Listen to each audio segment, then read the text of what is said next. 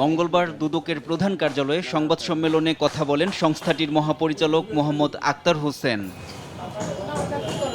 এ সময় তিনি জানান, নাবিল গ্রুপের কর্মচারীদের মাধ্যমে ঋণের নামে 1008 কোটি টাকা আত্মসাতের অভিযোগ প্রমাণিত হওয়ায় এস আলম গ্রুপের চেয়ারম্যান সাইফুল আলম, নাবিল গ্রুপের এমডি আমিনুল ইসলাম সহ 38 জনের বিরুদ্ধে মামলা করেছে দুদক। জনাব Mohammad Saiful Alam, S Alam refined sugar industries limited, জনাব মোহাম্মদ শহীদুল আলম, পিতা মোজাহারুল আনোয়ার, ব্যবস্থাপনা পরিচালক এস আলম ভেজিটেবল অয়েল, জনাব ফারজানা পারভিন, স্বামী Saiful Alam, chairman S Alam vegetable oil সহ মোট 38 জনের বিরুদ্ধে মামলা রুজুর সিদ্ধান্ত গৃহীত হয়েছে। বাংলা টিভির ব্যবস্থাপনা পরিচালক সৈয়দ সামাদুল হকের বিরুদ্ধে 4 কোটি টাকা আত্মসাতের অভিযোগে দুদকের মামলা করা হয়েছে বলেও জানান দুদক মহাপরিচালক।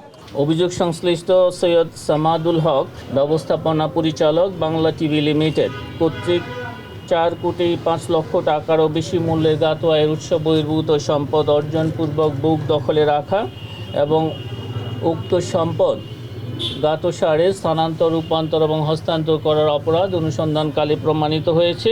সামিট গ্রুপের আজিজ খান সহ তার পরিবারের বিরুদ্ধে 710 কোটি টাকার বেশি অবৈধ সম্পদ পেয়েছে দুদক। সম্পদ বিবরণীর নোটিশ জারি করা হয়েছে বলেও জানান দুদক মহাপরিচালক। NI নাহিদ, দেশ টিভি, ঢাকা।